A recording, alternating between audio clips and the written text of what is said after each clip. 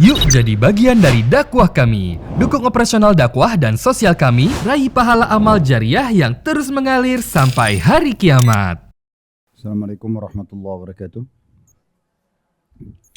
Alhamdulillah, selalu saja kita memuji Allah atas segala nikmat yang dilimpahkan kepada kita, terutama nikmat Islam dan iman. Karena dengan Islam dan iman kita punya panduan hidup, kita mengenal siapa Tuhan kita, pencipta langit dan bumi ini, dan mengetahui apa yang Dia perintahkan, dan sehingga kita bisa mengerjakan perintah tersebut dan mendapatkan balasannya, juga mengetahui apa yang dilarang sehingga kita menghindar dan juga terselamatkan dari siksaannya. Dan juga kenikmatan-kenikmatan yang lain dari kesehatan, keturunan, dan apapun kira-kira yang kita bisa rasakan, semua itu tugas kita adalah mensyukuri nikmat-nikmat tersebut agar Allah Subhanahu wa taala pertahankan dan juga menambahnya. Selanjutnya kita panjatkan salam hormat kita, salawat dan taslim kepada Nabi besar Muhammad sallallahu alaihi wa ala alihi wa sahbihi wasallam, sebagaimana Allah telah perintahkan kita, dan juga berharap agar Allah membalas kita dengan satu kali salam hormat ini dibalas dengan 10 rahmat.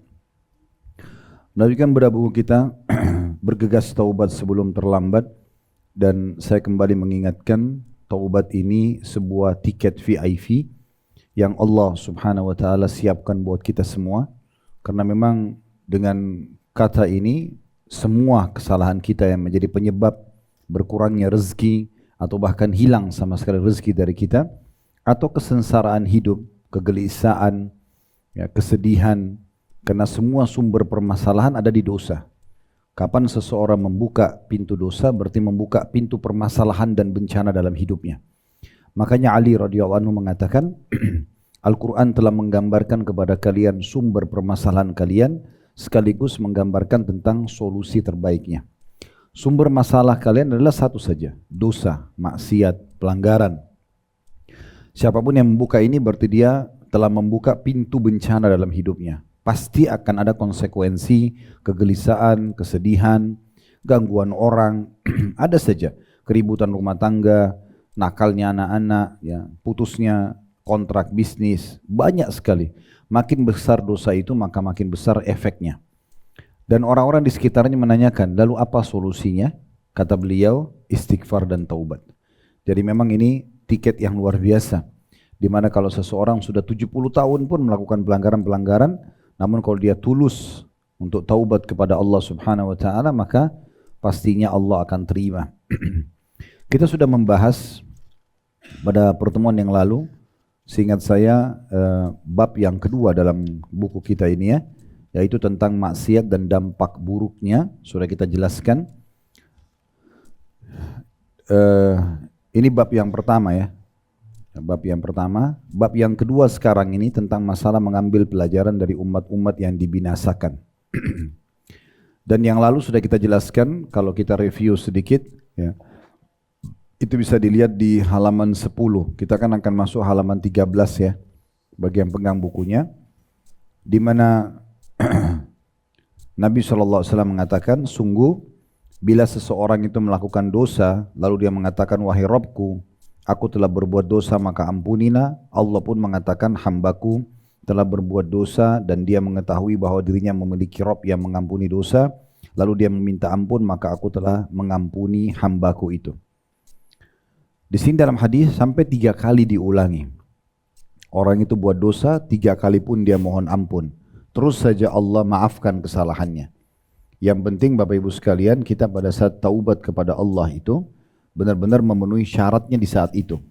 Kata Imam Nawawi rahimahullah, ada 3 syarat dari taubat dosa itu. Yang pertama, meninggalkan dosa itu seketika. Misalnya lagi zina, lagi riba, lagi mencuri, menipu, ghibah, gosip misalnya, fitnah atau apa saja, kita tinggalkan dosa itu seketika. Yang kedua, kita sesali, dan ketiga, kita janji sama Allah tidak akan mengulanginya. Kalau syarat ini terpenuhi, kemudian satu waktu kita terjerumus lagi dengan tidak memprogramkan dari awal, karena kelalaian, karena godaan lingkungan dan teman-teman, lalu kita taubat lagi, Allah tetap terima. Allah tetap terima. Kata Nabi SAW, Allah tidak akan jenuh sampai kalian jenuh. Tapi ini jangan ditunggangi, ya. Pembicaraan atau penyampaian seperti yang ditunggangi, oh kalau begitu saya enggak apa-apa buat dosa aja lagi, nanti taubat lagi, begitu terus. Kalau ini muncul di pemikiran Bapak Ibu sekalian, ini keliru. Yang kita sedang sampaikan adalah bagaimana luasnya rahmat Allah bagi hamba yang mau selalu bertobat kepadanya. Kalau ada opsional antara kita buat dosa lalu bertobat dengan kita buat amal soleh tanpa ada dosa, tentu kita pilih amal soleh. Kenapa kita harus berbuat dosa? Dalam agama Islam, amal soleh itu dipelajari untuk diterapkan. Sesuatu yang halal untuk dinikmati. Dan dosa itu, pelanggaran untuk dipelajari dan dijauhi, bukan untuk dicoba. Jadi nggak perlu misalnya, oh Allah haramkan babi, saya kan suka daging, udah saya mau coba dulu bagaimana babi, kenapa dia diharamkan? Nggak perlu, kita cukup tahu oh ini babi, ini loh fotonya dia atau ini jenis fisiknya hewan ini, ya udah setelah itu kita tinggalkan. Begitu juga dengan perzinahan, begitu juga dengan mencuri, begitu juga dengan semua pelanggaran, karena efeknya pasti ada. Tidak ada dosa yang tidak punya efek, nggak ada. Jadi kalau Bapak Ibu sudah mulai buka pintu dosa, maka berarti siap dengan konsekuensi hukumannya. Makanya sebagian salaf mengatakan, saya melihat perubahan, saya mengetahui saya punya dosa, di saat saya melihat perubahan sikap pasangan hidup saya, ya, tunggangan saya, bahkan tikus yang masuk ke dalam rumah saya. Jadi maksudnya efeknya tetap ada. Efek jerah. Bahkan kadang-kadang setelah kita taubat pun, akan ada pembersihan terhadap dosa-dosa tersebut.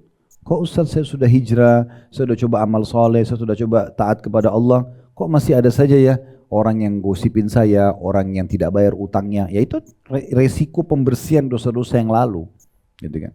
Ada saja efeknya. Oleh karena itu tidak usah dibuka. Terlebih lagi, orang-orang soleh, orang-orang soleha ini, orang yang masih sibuk dengan amal soleh, itu bisa nikmatin semuanya. Andai saja Bapak Ibu sekalian kita ini menjadi orang baik, orang yang patuh kepada Allah, orang soleh atau soleh yang tidak bisa makan, nggak bisa minum, nggak bisa biologis, nggak bisa bekerja, nggak bisa punya rumah, nggak bisa semuanya, nggak bisa jalan-jalan misalnya, wajar orang melanggar. Nah ini bisa, cuman kita makan dan minum yang halal, biologis yang halal, gitu kan, pekerjaan yang halal, semuanya silahkan nikmati. Dan perlu saya ingatkan kembali, sesuatu yang haram itu jauh lebih sedikit. Yang haram itu sedikit sekali. Memang itu Allah jadikan sebagai ujian saja. Yang halal jauh lebih banyak. Untuk apa kita terjerumus pada yang haram itu? Tidak ada manfaatnya. Ya. Jadi memahami poin ini sangat penting. Agar kita jangan membuka pintu-pintu dosa. Nah, bahasan kita pada sore ini Bapak Ibu sekalian, semoga Allah berkahi. Judul di bab kedua dalam bahasan buku kita ini, mengambil pelajaran dari umat yang dibinasakan. Maksudnya sudah ada umat-umat sebelum kita. Banyak contohnya seperti Fir'aun. Sekarang kita masih bisa lihat muminya kan. Bapak Ibu ketik di Google saja mumi Fir'aun keluar. Itulah Ramses yang kesekian yang ada di masa Nabi Musa yang Allah kekalkan jasadnya karena pada saat dia ditenggelamkan Allah selamatkan untuk jadi pelajaran buat manusia. Masih ada jasadnya, masih ada peninggalan-peninggalan kerajaannya, masih ada piramidanya. Bahkan kereta yang dipakai untuk mengejar Nabi Musa AS masih ada, ditemukan gitu kan. Dan diabadikan itu di dalam satu museum di kota Kairo. Misal contoh, semua cuma tinggal kenangan. Fir'aun di masanya dia mungkin hidup dulu waktu dia masih maksiat kepada Allah. Mungkin dianya merasa dia kuat, dia raja, dia perkasa, dia punya kekuatan. Tapi akhirnya Allah binasakan dan tinggal kenangan saja. Namrud, kalau kita ke Babilonia. Kalau Bapak Ibu ketik di Google, peninggalan Namrud di Babilonia di Irak. Sampai sekarang masih ada. Namrud itu raja yang mengaku Tuhan di masa Nabi Ibrahim AS. Allah binasakan. Dan sampai hari ini masih ada patungnya, masih ada istanahnya. Tapi jasadnya memang Namrud belum diketahui ya. Mungkin karena sudah jauh ribuan tahun mungkin sebelum ya, masa kita ini. Ya. Karena memang dia sebelum Nabi Musa AS, sebelum Fir'aun gitu lah. Ada di kota Madain Saleh. 4 jam dari kota Madinah, ya, kotanya Nabi Saleh, yang dulu dikenal dengan kaum Thamud, yang mereka membunuh untanya Nabi Saleh. Sampai hari ini bangunan mereka masih ada, bahkan gunung yang mereka tunjuk kepada Nabi Saleh, coba keluarkan unta dari sini. Kalau engkau keluarkan unta betina dari sini, dia bisa memberikan minum untuk semua masyarakat wilayah Madain Saleh, Madain ini, maka kami akan beriman. Ternyata setelah keluar mereka tidak beriman. Unta ini bukan unta yang lahir dari induk unta, keluar dari batu, gunung batu, dan gunung batunya masih ada di situ. Itu contohnya. Kaum Lut, Nabi Lut alaihissalam, Allah hukum, Allah tenggelamkan balik negeri mereka di laut mati di Jordania. Masih ada sampai sekarang. Ya. kaum 'Ad, kaumnya Nabi Hud, ya. Jadi banyak contoh-contoh umat sebelum kita yang telah Allah binasakan dan akan sama Bapak Ibu sekalian. Samanya gini. Bapak Ibu tahu kan Nabi Muhammad SAW, kita bicara terdekat Nabi Muhammad SAW dengan para sahabatnya. Mereka beriman, mereka berpegang teguh pada agama ini, apa yang terjadi? Allah bahagiakan hidupnya. Tadinya Umar bin Khattab, Abu Bakar bin As-Siddiq, Utsman bin Affan, tidak ada yang kenal. Cuma di lingkup kota Mekah. Tapi setelah mereka masuk Islam, mereka beriman, Allah jadikan mereka raja-raja dunia, bukan cuma raja muslimin. Abu Bakar jadi raja, Umar jadi raja, Utsman jadi raja, Ali jadi raja, kemudian Muawiyah bin Abi Sufyan jadi raja. Ya, banyak para sahabat Nabi menjadi gubernur-gubernur di wilayah-wilayah kekuasaan muslimin. Mereka jadi kaya raya. Bilal dulu budak, sebelum beliau meninggalkan harta yang sangat banyak, menjadi orang kayanya sahabat. Dan sekian banyak contoh-contoh berhubungan dengan masalah. Artinya kita kalau mengikuti orang-orang yang beriman dan beramal soleh, maka kita akan seperti mereka. Nikmat akan melimpah, rezeki akan melimpah, dunia kita bisa nikmati, akhirat kita bisa dapatkan. Kalau kita ikutin langkah yang lain, Abu Jahal, Abu Lahab di masa Nabi, ya. Tadi sebelumnya umat sebelumnya sudah kita sebutkan, ada Fir'aun, ada Namrud. Ini contoh Abu Jahal, Abu Lahab. Di masa dulu fase Mekah, mereka orang sangat terkenal. Abu Lahab itu orangnya sangat tampan. Abu Jahal itu orang sangat tampan, terkenal, kulitnya putih, postur tubuhnya tinggi, punya nama di masyarakatnya, kaya raya gitu kan. Melimpah sekali dunianya gitu. Tapi karena mereka kufur kepada Allah, hasil terakhirnya adalah binasa. Waktu Abu Lahab meninggal dunia, itu karena kepalanya sempat kena hantaman busur panah dari istrinya Abbas, Ummu Fadl namanya. Ya, karena membela Ummu Fadl, budaknya dipukulin oleh Abu Lahab. Ummu Fadl nggak tahu harus buat apa, sudah diingatkan nggak mau, dia sempat ambil busur panah dipukul kepala Abu Lahab. Itu selesai perang Badar muslimin menang. Budaknya Ummu Fadl cerita tentang, oh itu yang di Badar itu yang menolong umat Islam malaikat. Maka Abu Lahab sempat marah. Maka dia memukuli budak itu. Budak ini budaknya Ummu Fadl, istrinya Abbas. Abbas ini paman Nabi. Nah maka Ummu Fadl nggak tahu harus buat apa, diambil busur panah dipukul kepala Abu Lahab. Abu Lahab ini karena pukulan kepala yang membuat kepalanya sobek, sakit, meninggal dunia.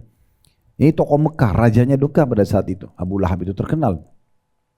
Tapi apa yang terjadi? Dia meninggal dunia karena luka itu. Waktu dia meninggal dunia, badannya mengeluarkan bau busuk, tidak ada satupun anaknya mau ngurus jenazahnya. Karena takut itu lukanya menyebar menjadi seperti jamur yang menular di tubuhnya, yang membuat semua orang menjauh dari dia. Jadi akhirnya dia dikubur di rumahnya dan cuma dilemparin batu oleh anak-anaknya. Begitu akhirnya, dan hilanglah jejaknya sekarang. Abu Lahab orang tidak tahu rumahnya di mana kuburannya, hilang. Abu Jahal juga begitu. Pergi ikut di Badar, terbunuh. Ya. Terbunuh pada saat itu. Nah, waktu terbunuh dimasukkan ke dalam sumur bersama tokoh-tokoh Quraisy yang lain 69 orang. Waktu itu semua dimasukkan dalam sumur dan habis kenangan Abu Jahal yang dulunya orang kaya Mekah hilang. Gak ada lagi dikenang gitu. Yang orang tahu cuma kekufurannya. Di dunia dia rugi, di akhirat dia rugi. Gitu loh. Beda sekali dengan Abu Bakar, dengan Umar yang justru beriman, Allah berikan kebahagiaan dunia dan di akhirat juga dapat jaminan-jaminan surga gitu. Nah ini mengambil pelajaran dari umat-umat sebelum kita. Yang jadi masalah Bapak Ibu sekalian, kalau kita memang betul-betul tidak pernah mengambil pelajaran, ini jadi masalah. Kadang-kadang ada orang subhanallah, dia satu kendaraan dengan temannya. Tabrakan nih, temannya mati di sebelah dia, tapi nggak ambil pelajaran. Dia cuma bilang, oh teman saya mati. Udah, yang penting dia selamat, subhanallah. Padahal bisa saja setiap saat Allah jadikan kejadian terulang dan dia yang mati. Berapa banyak orang yang selamat dari longsor, dari banjir, dari gempa gitu kan. Dia tidak ambil pelajaran. Dia cuma jadikan itu sebagai, oh itu teman saya dulu meninggal, oh itu tetangga saya meninggal. Seakan-akan dia ini akan hidup selamanya. Ini keliru. Ya, bahaya sekali kalau orang seperti ini. Oleh karena itu kita harus peka. Perlu saya titik beratkan dan saya ulang ini, saya ingatkan pada bab kita yang sebelumnya ya. Para kaum salafus saleh, orang-orang saleh sebelum kita itu Bapak Ibu sekalian, mereka sangat peka. Sampai pada tingkat kalau jalan di sebuah tempat, kakinya keselio kah, kesentuh batu kah, bahkan sampai mereka lewat di sebuah tempat mungkin ada bau busuk yang tercium di hidungnya, misalnya dari sampah yang orang buang, sudah cukup mereka membuat mereka istighfar dan segera taubat kepada Allah. Takut itu peringatan dari Allah, begitu pekahnya mereka. Ini muqaddimah atau pembukaan daripada bahasan kita. Saya akan bacakan apa yang sudah kami susun dalam bab ini mengambil pelajaran dari umat yang dibinasakan di halaman 13 dari buku kita. Saya katakan jika saat ini ada orang yang masih terendam dalam kubangan dosa, masih ada dosa yang dia rutin lakukan, bangun di pagi hari hanya mencari akal bagaimana dia bisa menipu, merampas harta, bermaksiat dengan lawan jenisnya, maka segeralah berhenti. Terlalu banyak orang yang hidup sebelum dirinya yang jauh lebih tampan, lebih cantik, lebih kaya, lebih pintar, lebih terhormat, tinggi jabatannya. Kini mereka telah berada di bawah tanah, menyesali perbuatan mereka dan berharap bisa hidup kembali untuk memperbaiki semua. Ya, untuk memperkuat ini, Bapak Ibu buka surah Al-Mu'minun, surah nomor 23 ayat 99 ya. Sudah lihat? Surah nomor 23 ayat 99. Di sini Allah gambarkan tentang bagaimana keadaan orang kafir, orang ahli maksiat kalau mereka meninggal nanti. Apa yang terjadi pada mereka? Kita nggak lihat, tapi Allah kasih kita bocorannya. Allah berfirman di ayat 99, hatta idza jaa ahadahumul maut qala rabbirji'un. Demikianlah keadaan orang-orang kafir hingga apabila datang kematian kepada seseorang dari mereka, mereka akan mengatakan, ya Tuhanku, kembalikanlah aku ke dunia. Tapi di saat sudah mati, baru mereka minta itu. Atau ahli maksiat tidak sempat taubat, mereka minta untuk dikembalikan ke dunia. Untuk apa kira-kira? Untuk kembali ke proyeknya, untuk lagi cari makanan favoritnya, untuk kumpul lagi dengan pasangan dan hidupnya? Bukan. Perhatikan di ayat 100-nya. Apa yang mereka harap di saat mereka mati? Jadi jangan nanti kita meninggal wa na'udzubillah lalu ini yang kita ucapkan, kita menyesal, ya. La'alli a'malu salihan fima tarakt kalla innaha kalimatun huwa qailuha wa min waraihim barzakhun ila yaumi yub'atsun. Agar aku berbuat amal soleh terhadap apa yang telah aku tinggalkan. Tujuannya mereka minta dikembalikan supaya ditunda ajalnya dicabut oleh malaikat. Itu hanya untuk kembali mengerjakan sholat, puasanya, apalah sedekahnya yang sempat dia tidak kerjakan gitu. Allah mengatakan sekali-kali tidak. Gak mungkin kau akan dikembalikan. Semua orang mati tidak akan dikembalikan. Mau orang baik atau orang jahat? Gak mungkin. Lalu kata Allah, sesungguhnya itu adalah perkataan yang diucapkan saja. Itu cuma bisa kamu ucapkan. Tidak akan pernah terjadi. Dan di hadapan mereka ada dinding sampai hari mereka dibangkitkan. Barzakh. Alam kubur. Kemudian 101-nya Allah mengatakan fa idza nufikha fis sur fala ansaba bainahum yawma idzin wala yatasaalun. Apabila sangkakala ditiup maka tidaklah ada lagi pertalian nasab di antara mereka pada hari itu dan tidak pula mereka saling bertanya. Di dunia kita suami istri, di dunia kita orang tua sama anak, saudara sama saudara, ponakan sama tante. Iya. Di akhirat nanti di mahsyar orang sudah lupain itu. Orang berharap bagaimana bisa menyelamatkan dirinya sendiri. Nasabnya tidak terhapus. Tapi orang khawatir kalau dia ketemu sama temannya, ketemu sama ponakannya, ketemu sama sepupunya, ketemu sama suami atau istrinya. Nanti ada kesalahan saya yang dituntut nih sama dia. Pada hari kiamat orang akan seperti itu. Jadi masing-masing kita bisa menyelamatkan diri kita, harus hati-hati. 102-nya, faman thaqulat mawazinu faulaikumul muflihun. Barang siapa yang berat timbangan kebaikannya nanti, maka mereka itu adalah orang-orang yang beruntung. Amal solehnya lebih berat daripada dosanya. 103-nya, waman khaffat mawazinu faulaika alladziina khasiru anfusahum fi jahannam khalidun. Dan barang siapa yang ringan timbangannya, amal solehnya sedikit, dosanya lebih banyak, maka mereka itulah orang-orang yang merugikan diri mereka sendiri. Mereka kekal dalam neraka jahannam. Dan sayangnya, Bapak Ibu sekalian, penyesalan di satu itu tidak berguna. Penyesalan selalu ada di belakang. Oleh karena itu gunakan akal sehat kita, hati nurani kita. Kalau dibenar dalam pandangan agama, lakukan, sibukkan dari kebaikan kepada kebaikan yang lain. Jadi orang baik itu jangan setengah-setengah. Jangan sebagian baik, sebagian buruk. Enggak usah. Jadi orang baik aja. Jujur aja. Jujur, amanah, tanggung jawab. Baik aja. 100%. Enggak usah setengah-setengah, enggak usah masih ada yang dibiarkan pintu dosa terbuka. Karena kalau kita buka, maka ini bisa merusak kita. Dan dosa ini luar biasa efeknya. Bapak Ibu jujur 50 tahun, tapi bohong sekali. Habis semua tuh 50 tahun tuh. Karena kita bohong satu kali misalnya. Jadi tidak ada manfaatnya untuk dibuka. Kenapa gitu? Kenapa kita nggak sekalian aja baik gitu?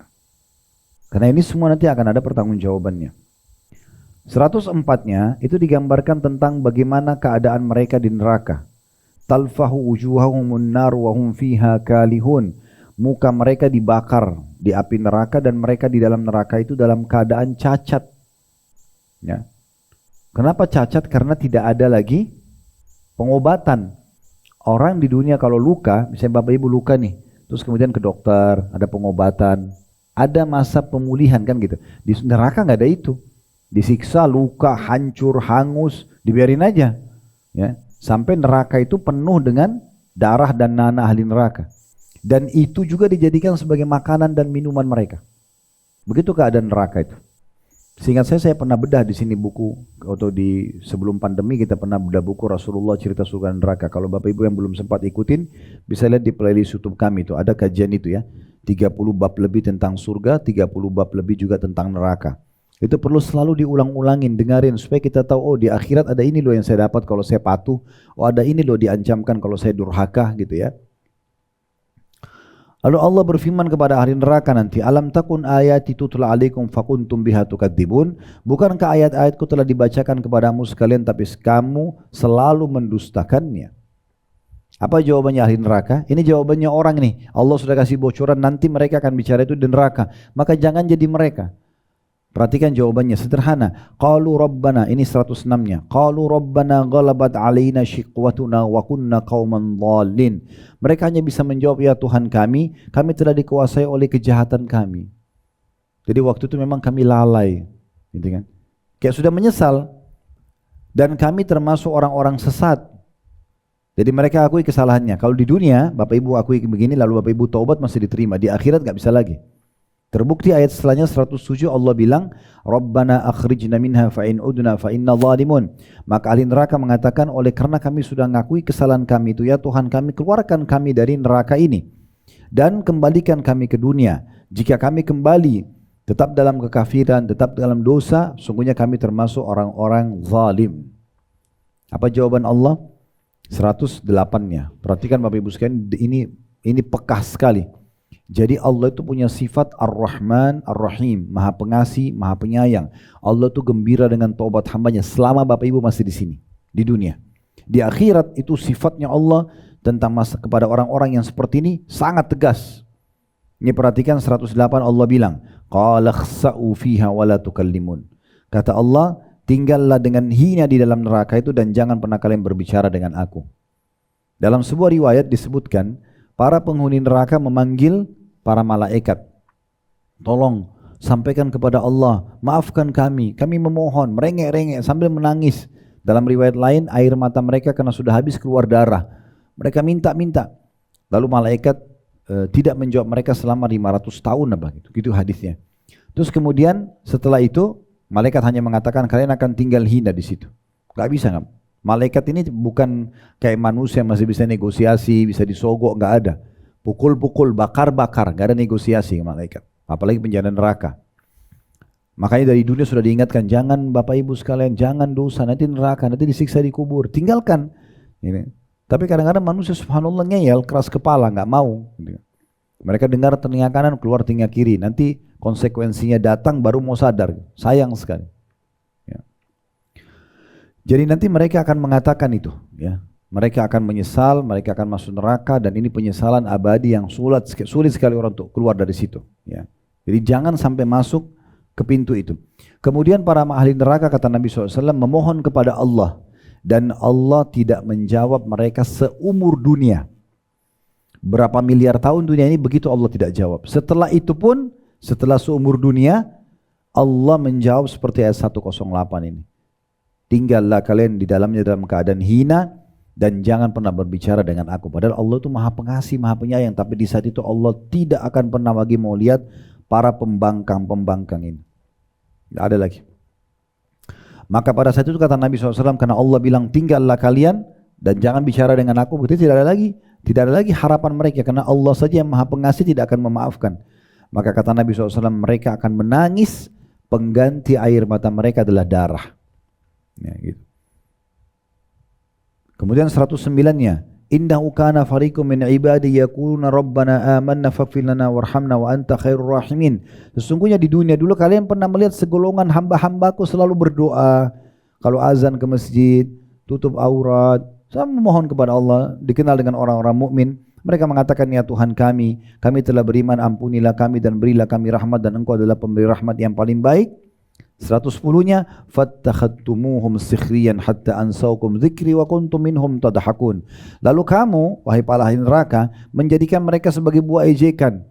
So alim, begini, caci maki orang-orang yang baik. Ini Allah sudah bongkar nih. Nanti Allah juga akan jadikan sebagai bahan ejekan buat mereka di neraka. Dulu kalian menjadikan mereka sebagai buah ejekan, sehingga kesibukan kamu mengejek mereka menjadikan kamu lupa mengingat aku, kata Allah. Hanya besar kata ganti Allah ya. Dan adalah kamu selalu menertawakan mereka, menertawakan orang-orang yang baik. 111-nya, inni jazaitumul yawma bima sabaru annahum humul faizun. Sesungguhnya aku, kata Allah, memberi balasan kepada mereka orang-orang yang beriman itu di hari ini karena kesabaran mereka, sesungguhnya mereka itulah orang-orang yang menang. 112-nya, Allah ajak bicara ahli neraka. Qala kam labithtum fil ardi adada sinin. Allah tanya, ya, berapa tahunkah lamanya kamu tinggal di bumi? Padahal mereka tinggal tahunan. Bahkan kalau dihitung semua akumulasi orang kafir bisa ribuan tahun. Ya, dari dulu banyak orang kafir. 113-nya, qalu labithna yawman aw ba'da yawmin fas'alil 'adin. Mereka menjawab, kami tinggal di bumi sehari atau setengah hari saja. Mereka lupakan sudah hari-harinya. Mirip kalau Bapak Ibu lagi reunian ketemu teman SD, SMP, itu kita terus cerita satu kenangan kayaknya baru kemarin ya. Padahal sekarang sudah 50 tahun yang lalu misalnya, 40 tahun yang lalu. Ya. Nah seperti nanti orang di akhirat, orang kayaknya di dunia itu kita cuma sebentar ya. Gitu. Maka mereka mengatakan, tanyakanlah kepada orang-orang yang menghitung. Mereka saking bingungnya mereka bilang, mungkin ada yang bisa menghitung berapa lama dulu kita tinggal di dunia. Allah menjawab 114-nya, qala illa bithtum illa qalila law annakum kuntum ta'lamun. Ketahuilah, kata Allah, kamu tinggal di dunia melainkan hanya sebentar saja. Dan kalau sesungguhnya kamu mengetahui, sayangnya kamu tidak mau sadar tentang ini. Di dunia sudah disampaikan. Terakhir 115-nya, afa hasibtum annama khalaqnakum abathan wa annakum ilaina la turja'un. Apakah kalian mengira kami menciptakan kalian secara main-main saja, enggak ada tujuan, enggak ada target, ya, dan bahwasanya kamu tidak akan dikembalikan kepada kami? Hanya orang bodoh yang tidak paham bahwasanya dia akan kembali kepada Tuhannya gitu. Nah, ini gambarannya. Jadi saya ulangi paragraf pertama yang saya susun. Ini saya katakan, saya tulis karena memang ini buku yang kami susun ya. Jika saat ini ada orang yang masih terendam dalam kubangan dosa, bangun di pagi hari hanya mencari akal bagaimana dia bisa menipu, bangun pagi itu saja, merampas harta, maksiat dengan lawan jenis, maka segeralah berhenti. Terlalu banyak orang yang hidup sebelum dirinya yang jauh lebih tampan, lebih cantik, kaya, pintar, terhormat, tinggi jabatannya. Kini mereka telah berada di bawah tanah, menyesali perbuatan mereka dan berharap bisa hidup kembali untuk memperbaiki semuanya. Ini detik ini kalau kita datangi satu kuburan dan Allah izinkan, ini tidak mungkin terjadi. Tapi kalau terjadi misalnya, dia dihidupkan kembali orang mati itu, lalu kita tanya, apa yang kamu harapkan kalau Allah hidupkan kamu 5 menit lagi? 5 menit lalu mati lagi. Saya yakin Bapak Ibu sekalian, dia akan memilih taubat yang sedang kita bahas. Dia tidak akan mulai kembali makanan. Oh saya mau ke restoran itu kesukaan saya. Oh saya mau biologis lagi sama pasangan saya. Oh saya mau ketemu teman-teman. Gak ada lagi. Yang dia pikir tuh bagaimana dia tobat 5 menit lagi dia mati. Kita sebenarnya tidak harus tunggu itu. 5 menit lagi kita bisa meninggal. Hitungan detik. Kita ini bukan ulang tahun, kita ulang detik. Per detiknya kita bisa tiba-tiba meninggal dunia. Dan tidak harus masuk ruangan IGD atau UGD, gak penting. Tidak harus maksudnya. Ya. Orang masuk di IGD itu sedikit sekali jumlahnya. Lebih banyak orang yang lulalang depan rumah sakit yang akhirnya maknanya lebih banyak orang meninggal tanpa sakit. Ya. Di paragraf keduanya, ketika seseorang telah meninggal dunia, maka yang tertinggal darinya hanya kenangan saja. Kita kejar sebesar apapun prestasi dunia, Bapak Ibu sekalian. Anda punya 100 sertifikat rumah dan tanah, Anda punya 100 mobil, Anda punya mungkin 1000 baju, 1000 sepatu, 1000 tas bermerek, semuanya nih, misalnya kita punya dunia. Kalau kita meninggal, hanya akan jadi kenangan. Oh itu sepatunya si fulan, oh itu rumahnya si fulan, oh itu mobilnya, cuma jadi kenangan. Di dunia ini tidak ada kepemilikan abadi. Sementara. Nanti setelah kita meninggal jadi warisan, ahli waris akan jual, dibagi sama mereka. Pindahlah nama rumah itu ke orang lain, pindahlah tanah itu ke orang lain. Dunia sebentar. Boleh dinikmatin asal halal, tapi bukan target utama. Kita harus sadar kita punya target utama di sana. Ketika seseorang telah meninggal dunia, maka yang tertinggal darinya hanya kenangan saja. Semua yang pernah dia miliki berupa baju, rumah, mobil, jabatan, dan lainnya, orang hanya akan mengenangnya di hari-hari pertama setelah dia meninggal saja. Dengan mengatakan, oh itu baju si fulan, rumah si fulan, mobil si fulan. Oh dulu si fulan menjabat begini dan begitu. Oh dia pernah dulu kepala ini, oh manajer ini, oh dirut perusahaan itu. Itu selesai. 2 hari, 3 hari, 1 minggu, selesai, orang nggak kenang lagi. Setelah itu tidak ada sesuatu yang bisa diandalkan. Dia hanya tersisa sendirian menanggung semua akibat perbuatannya selama di dunia. Kalau dia selama dunia isi dengan kebaikan, beruntunglah dia. Kalau dia isi dengan maksiat, dosa, ya rugilah dia. Dan tidak ada masa perbaikan. Kalau sudah meninggal, nggak ada masa perbaikan. Sekarang ini Bapak Ibu punya kesempatan memperbaiki. Udah stop dari kesalahan yang pernah dilakukan. Manusia bisa berbuat salah, tapi harus batasnya kita berhenti. Dan setelah berhenti, hijrah, bertaubat, harus konsisten. Istiqomah udah pada kebaikan. Di situ baru maksimal Bapak Ibu rasakan nikmatnya Allah SWT melimpah nanti. Halaman 14-nya di sebelahnya, lanjutannya. Rasulullah SAW bersabda, yatba'ul mayyita thalatha, fayarji'u ithnani wa yabqa ma'ahu wahid, yatba'uhu ahluhu wa maluhu wa amaluhu, fayarji'u ahluhu wa maluhu wa yabqa amaluhu. Yang mengikuti mayit nanti kalau meninggal, kita semuanya akan meninggal, akan diikuti ke kuburan 3. Kita akan diikuti ke kuburan dengan 3. 2 akan kembali dan 1 tetap bersamanya di kubur. Yang mengikutinya adalah keluarganya. Ibu-ibu misalnya suaminya, anaknya, orang tuanya, saudaranya, bapak misalnya istrinya, anaknya, itu akan ikut ke kuburan. Mereka akan antar kita, gitu kan? Kemudian juga hartanya, mobilnya mungkin masih mengantar sampai ke pagar kuburan, dinding pagar kuburan, dan amalnya. Jadi 3 mengikuti, keluarganya ikut pada saat mengantar jenazahnya, hartanya juga, sebagian harta dan juga amalnya. Yang kembali adalah keluarga dan hartanya. Ibu-ibu sini yang paling cinta sama suaminya tuh, cinta sama anaknya. Kira-kira kalau anak kita meninggal, tidak usah bicara suami, mungkin suami masih bisa cerai, ada mantan suami. Baik, kalau anak, gak ada namanya mantan anak. Sekarang kalau ibu punya anak, ibu bayangin dia meninggal dunia. Apakah ibu mau tunggu di kuburan tuh nginap sehari? Gak bakalan. Pasti situ kita nangis sejam mungkin, habis itu pulang. Itu sunnatullah. Pasti begitu. Harta juga begitu, akan balik dibagi warisan. Sedangkan yang tetap bersamanya di kuburan adalah amalnya. Ini yang sering orang lalaikan. Sholatnya, puasanya, ini yang bersama dia menemani di kuburan. Dalam sebuah riwayat yang lain dijelaskan, kalau nanti amal itu akan berbentuk makhluk di kuburan. Kalau dia amal soleh akan berbentuk seperti lelaki tampan, bersih, wangi, yang membuat mayit ini gembira. Dia mengatakan, siapa kamu nih, sungguh sempurna ciptaan Allah pada dirimu. Amal itu akan mengatakan, saya amal baikmu akan menemani kau sampai hari kiamat.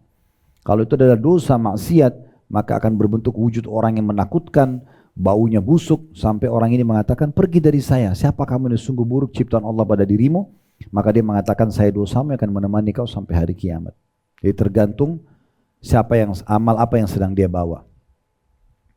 Selanjutnya paragraf yang di bawahnya saya bacakan, manusia bahkan tidak pernah tahu secara pasti apa yang akan dia lakukan esok hari dan di bumi mana dia akan meninggal dunia. Oleh karena itu dia harus selalu siap untuk menghadapi kematian. Sebagaimana Allah menjelaskan dalam surah Luqman, surah nomor 31 ayat 34. Wa ma tadri nafsum madza taksibu gada wa ma tadri nafsum bi ayyi ardin tamut. Ini ada ayat sebelum, ada ayat sesudahnya, maka ini pertengahan ayat yang saya ambil sebagai saksi bahasan. Dan tidak ada seorang pun yang dapat mengetahui dengan pasti apa yang akan dikerjakannya besok, dan tidak ada seorang pun yang dapat mengetahui di bumi mana dia akan mati. Setelahnya di halaman 15, tidak ada seorang pun yang tahu di bagian bumi mana dia akan meninggal, apakah itu di laut, di darat, di lembah, atau di atas gunung. Disebutkan dalam sebuah hadis Rasulullah SAW bersabda, "Idza aradallahu qabda 'abdin bi ardin ja'ala lahu ilaiha hajah." Apabila Allah hendak mencabut nyawa seorang hamba di satu wilayah, maka Allah akan jadikan dia memiliki hajat ke sana atau di sana. Ada footnote nomor 11, hadis riwayat Ahmad riwayat Malik dalam Muwatta'nya nomor 127. Al-Hafidh Abul Qasim At-Tabarani dalam Mu'jam al-Kabir pada Musnad Usama bin Zaid, Ishaq bin Ibrahim menyampaikan kepada kami, Abdul Razak mengabarkan kepada kami, Ma'mar mengabarkan kepada kami dari Ayyub, dari Abu Al-Malih dari Usama bin Zaid, dia berkata, Rasulullah SAW bersabda, ma ja'alallahu maitata abdin bi ardin illa ja'ala lahu fiha haja. Allah tidak menjadikan kematian seorang hamba di suatu wilayah kecuali memang Allah jadikan baginya memiliki hajat di wilayah tersebut. Hadis ini diriwayatkan Tabarani nomor 641. Jadi kadang-kadang manusia itu terlalaikan Bapak Ibu sekalian. Maksud saya mengangkat riwayat ini, dia tidak sadar. Dia pikir selama badannya sehat, selama dia masih banyak proyeknya, banyak pekerjaannya, aktivitasnya, programnya penuh, berarti dia tidak akan mati. Enggak. Kalau Allah mau kita meninggal di satu tempat, Allah akan buat kita punya hajat di sana. Punya proyek di sana, punya keinginan besar untuk mungkin menikmati kuliner di sana, mungkin ketemu keluarga di sana. Ternyata kita dikuburin di sana. Banyak sekali orang seperti itu. Ya. Oleh karena itu harus hati-hati. Jadi orang bisa meninggal setiap saat. Maka jadikan semua, kita boleh beraktivitas, kita boleh mengisi waktu-waktu kita selama dunia ini, tapi sesuatu yang dibolehkan dalam agama. Minimal mubah. Kalau bukan wajib ataupun sunnah, minimal mubah. Mubah pun tidak boleh berlebihan. Mubah kan seperti mandi, makan, minum, itu mubah maksudnya. Kalau perlu yang mubah ini, kata Syekh Abu Bakar Jazair rahimahullah, ubah menjadi sunnah. Misal makan, minum kan mubah. Tapi kalau kita niatkan dalam hati, makan dan minum karena ingin memberikan hak jasad, bisa berubah jadi sunnah. Mandi, mubah. Tapi kalau kita niat untuk memberikan hak jasad, Allah tidak datangkan rasa gerah sehingga kita tidak nyaman, dan Allah tidak datangkan setelah kita mandi ternyata rasa segar dan fresh kita kembali, ya. Kecuali memang kita diharapkan untuk selalu menjaga badan kita. Jenazah pun dimandikan. Berarti kita mandi, tapi niatnya bukan hanya sekedar gerah, tapi memberikan hak jasad. Bisa jadi sunnah. Tidur mubah. Kalau cuma capek tidur, sudah saya capek letih tidur, selesai. Enggak dosa, enggak pahala, gitu kan.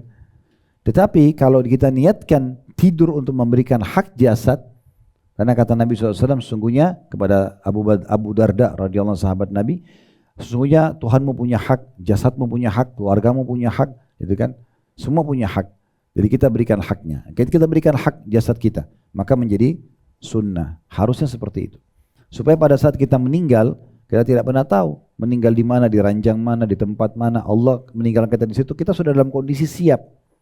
Kita sudah dalam kondisi siap menghadapi kematian tersebut. Paragraf setelahnya, adakah seseorang pernah berziarah kubur atau sekedar berjalan di sekitar kubur? Saya Bapak Ibu tanya diri sendiri, pernah enggak sih satu waktu, ingat saya pernah ziarah kubur satu waktu, ya, ingat pada saat itu.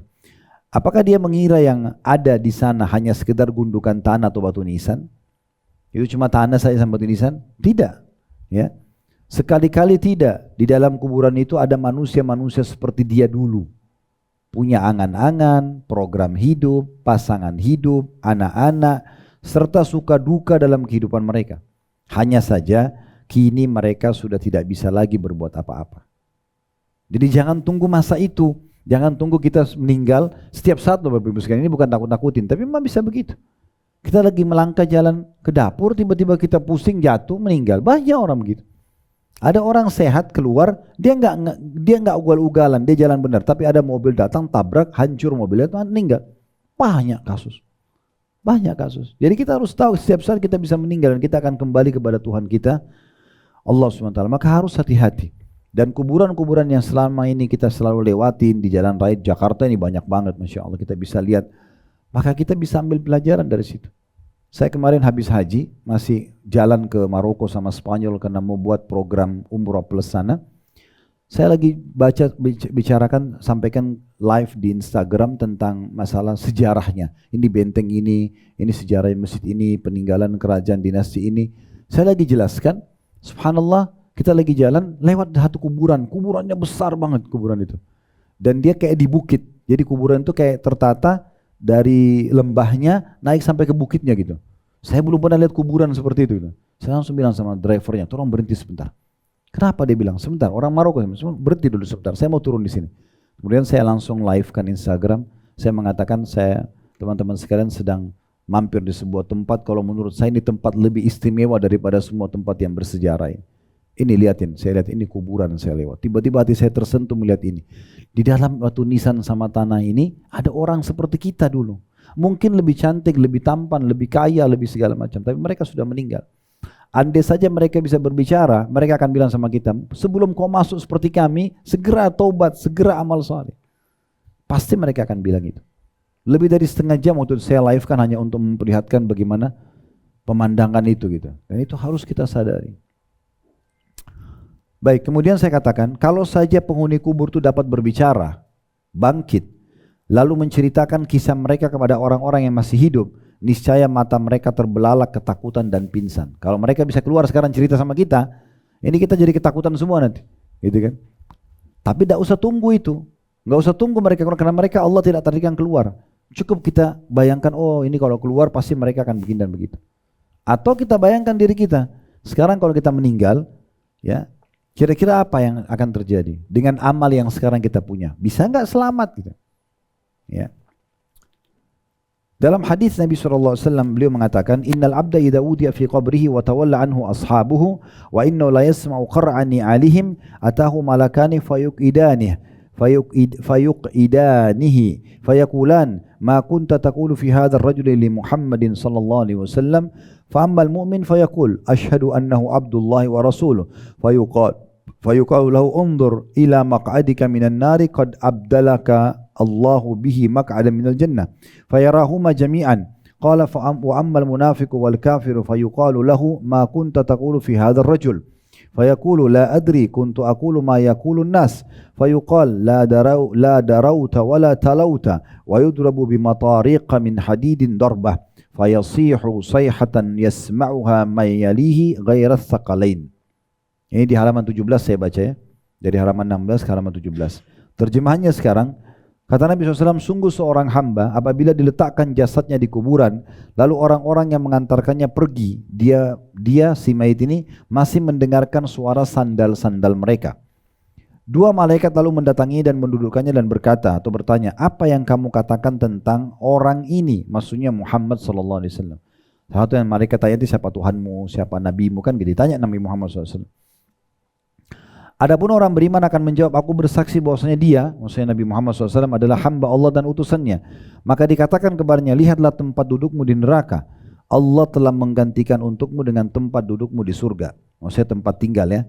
Maka hamba itu melihat keduanya. Dia lihat tempatnya di neraka, lihat tempatnya di surga. Dalam riwayat lain, dibukakan baginya pintu neraka, dia ketakutan. Malaikat mengatakan, lihat dari apa Allah selamatkan dirimu, ditutup. Kemudian dibukakan pintu surga, lalu dia senang sekali melihat surga tersebut dengan keindahannya, dengan kesempurnaannya. Maka dia mengatakan, ya Allah cepatkan waktu karena aku ingin masuk ke dalam surgaku. Itu kalau orang beriman. Adapun orang munafik atau orang kafir, wa na'udzubillah, dikatakan kepadanya, apa yang kamu katakan tentang orang ini? Yakni Nabi Muhammad SAW. Hamba itu menjawab, aku tidak tahu. Aku katakan seperti apa yang dikatakan orang-orang. Maka dikatakan kepadanya, kamu tidak tahu, juga tidak mengikuti orang-orang yang mengetahui. Kemudian dia dipukul dengan palu yang terbuat dari besi sehingga hamba itu berteriak dengan teriakan yang dapat didengar oleh apa saja yang ada di sekitarnya kecuali jin dan manusia. Jadi itu sebenarnya orang kalau masuk di kuburan, itu pas kita melangkah 3 langkah, itu sudah didatangi oleh malaikat. Hitungan detik dia kalau bukan dari taman surga dia gembira atau jadi lubang dari lubang neraka dan sedang dipukul oleh malaikat dengan palu besi. Dalam sebuah riwayat Bukhari lain, dia akan hancur, diutuhkan kembali. Begitu terus sampai hari kiamat. Jadi tidak ada waktu untuk istirahat. Dan pukulan itu semuanya dengar kecuali jin dan manusia. Kata Nabi SAW, kalau jin dan manusia mendengarkan, mereka akan meninggal seketika. Saking keras besarnya pukulan itu. Nah, itu disebutkan, hadisnya saya sebutkan di hadis setelahnya ya, di halaman 18. Dan dalam hadis lain kata Nabi SAW, idza wudi'atil janazatu fahtamalaha ar-rajulu ala anaqihim fa in kanat salihatan qalat qaddimuni wa in kanat ghaira salihatin qalat ya wailaha aina yadhhabuna biha yasma'u sawtaha kullu shay'in illa al-insana walau sami'a al-insanu lasa'iq. Apabila kata Nabi SAW jenazah telah diletakkan lalu dipikul oleh para lelaki di atas bahu-bahu mereka, biasa jenazah dipikul untuk dibawa ke kuburan. Jika jenazah itu saleh, dia berkata, segerakanlah aku, segerakanlah aku. Adapun jika dia tidak saleh, dia mengatakan, celakalah, kemana kalian akan membawanya? Semua dapat mendengarkan suara keluhan si mayit tadi, kecuali manusia. Kalau saja manusia bisa mendengarkan, niscaya mereka akan jatuh pingsan. Ada putun nomor 15 diriwayatkan Bukhari hadis ini. Ada tanda kutip situ saya sebutkan ya. Kemudian dia dipukul dengan palu yang terbuat dari besi sehingga hamba itu berteriak dengan teriakan yang dapat didengar oleh apa yang ada di sekitarnya kecuali jin dan manusia. Maksudnya itu tagline-nya itu yang penting sekali untuk digarisbawahi, bahwasanya mereka lagi disiksa di kuburan dan mereka tidak bisa lagi kembali memperbaiki keadaan. Baik, selanjutnya Al-Quran banyak mengisahkan tentang umat terdahulu yang dibinasakan oleh Allah Subhanahu wa Ta'ala karena kedurhakaan mereka. Ada Fir'aun, tadi sudah kita jelaskan gambaran kaumnya Nabi Musa dan masih ada muminya, masih ada piramidanya dan seterusnya. Ada kaum Ad, kaumnya Nabi Hud. Ada kaum Samud, kaumnya Nabi Saleh yang tadi di Madain Saleh di 4 jam dari kota Madinah. Ada kaum Lut di Laut Mati di Jordania. Dan ada umat lainnya yang peninggalan mereka hingga kini masih dapat disaksikan. Allah Subhanahu wa Ta'ala jadikan sisa-sisa kehidupan mereka sebagai pelajaran bagi umat manusia. Masih ada sisa bangunannya, masih ada sisa peninggalan mereka untuk jadi pelajaran. Dan Allah memerintahkan kita dalam surah An-Naml surah nomor 27 ayat 69, "Qul siru fil ardi fanzuru kaifa kana 'aqibatul mujrimin." Katakan, hai Muhammad, berjalanlah kamu di bumi lalu perhatikanlah bagaimana kesudahan orang-orang yang berdosa itu. Kita harus jalan dan kita lihat pelajaran. Ya, tapi memang ada satu poin penting, kita kalau lagi mampir di tempat orang-orang yang disiksa ini kita nggak boleh berlama-lama ya. Begitu sunnah Nabi SAW, kita lewat, kita mengambil pelajaran, memohon kepada Allah agar tidak menimpa kita apa yang menimpa mereka. Ya, jangan malah dijadikan tempat rekreasi gitu ya. Ya, harus diperhatikan poin ini. Perhatikanlah kesudahan dari Fir'aun yang pernah menganggap dirinya sebagai Tuhan. Dia bahkan tidak kuasa untuk selamat dari azab Allah. Dia tenggelam di Laut Merah saat berusaha memerangi Allah dan Nabi-Nya, Nabi Musa AS. Lalu oleh Allah Subhanahu wa Ta'ala jasad Fir'aun diselamatkan guna menjadi pelajaran bagi orang-orang yang datang setelahnya. Ini ada foto mumi Fir'aun, foto aslinya yang ada di museum di Kairo ya. Allah menyebutkan tentang Fir'aun, "Falyawma nunajjika bi badanika litakuna liman khalfaka ayah wa inna katsiran minan nasi an ayatina laghafilun." Maka pada hari ini hai Fir'aun kami selamatkan jasadmu. Badan jasad ya utuh artinya. Agar engkau dapat menjadi pelajaran bagi orang-orang yang datang setelahmu. Dalam surah Yusuf, surah nomor 10 ayat 92. Yunus, maaf, ini salah tulis ya. Surah nomor 10 itu surah Yunus. Itu tertulis Yusuf, itu keliru. Jadi teman-teman tim tolong ditandai itu. Di halaman 20 ada keliru penulisan nama surah, harusnya surah Yunus. Sampai hari ini, setelah lebih dari 3000 tahun dari kejadian itu, umat manusia masih bisa melihat bukti nyata dari apa yang telah Allah Subhanahu wa Ta'ala kisahkan dalam Al-Quran. Jasad yang diselamatkan itu masih tersimpan sebagai mumi di museum dan dapat ditonton oleh siapa saja. Ingatlah kisah kaum Ad yang durhaka kepada Nabi Hud saat Allah Subhanahu wa Ta'ala kirimkan kepada mereka azab berupa awan yang menuju lembah-lembah mereka. Awan itu diiringi dengan angin yang kemudian menghancurkan segala sesuatu. Tidak ada yang terlihat dari mereka saat itu kecuali bekas-bekas tempat tinggal mereka saja. Allah berfirman, ini tentang Nabi Hud alaihissalam dalam surah Ahqaf, surah nomor 46 ayat 24 sampai 25. "Falamma ra'awhu 'aridan mustaqbila awdiyatihim qalu hadha 'aridun mumtiruna bal huwa mastajaltum bih rihun fiha 'adzabun alim tudammiru kulla shay'in bi amri rabbiha fa asbahu la yura illa masakinuhum kadzalika najzil qaumal mujrimin." Maka ketika mereka melihat azab itu berupa awan yang menuju ke lembah-lembah mereka, mereka berkata, inilah awan yang akan menurunkan hujan kepada kami. Maksudnya kaum Nabi Hud, kaum Ad, itu sebelum Allah siksa, mereka beberapa hari butuh sekali hujan. Nah di hari penyiksaannya Allah datangkan awan seperti mendung, seakan-akan akan turun hujan. Mereka pikir ini hujan yang akan mereka dapatkan. Maka Allah menjawab, bukan, Tapi itulah azab yang kamu minta agar disegerakan datang. Karena mereka sempat tantang Nabi Hud, ayo mana siksaan yang kau ancamkan, datangkan, kami mau coba. Angin yang mengandung azab yang pedih dan menghancurkan segala sesuatu dengan perintah Tuhannya, sehingga mereka kaum Ad menjadi tidak tampak lagi di bumi kecuali hanya bekas-bekas tempat tinggal mereka saja. Demikianlah kami memberikan balasan kepada kaum yang berdosa. Sebagai penutup saya katakan, maka adakah yang mau mengambil pelajaran dan bersegera kembali ke jalan Allah Subhanahu wa taala, atau justru tetap memilih untuk bergelimang dalam dosa dan menunggu hingga siksa Allah Subhanahu wa taala datang kepadanya? Jadi ini penutupan daripada bahasan kita di bab ini tentunya. Kedepannya insyaAllah kita akan masuk ke bahasan bab lanjutannya ya. Bab ketiga ini tentang kembali ke jalan Allah. Nanti kita akan bicara lebih jauh tentang masalah tazkiyatun nafs, pensucian jiwa, bagaimana supaya kita mudah kembali kepada Allah. Kemudian setelah itu bagaimana kita istiqamah, konsisten tetap berada di atas jalan Allah itu tanpa tergoda lagi. Itu ada bahasan sendiri nanti di pertemuan akan datang. Khusus bab ini adalah bagaimana kita mengambil pelajaran dari umat-umat sebelum kita. Allahu a'lam. Itu saja, kalau ada benar dari Allah, kalau ada salah dari saya mohon dimaafkan. Subhanakallahumma bihamdika asyhadu an la ilaha illa anta astaghfiruka wa atubu ilaik. Wassalamualaikum warahmatullahi wabarakatuh.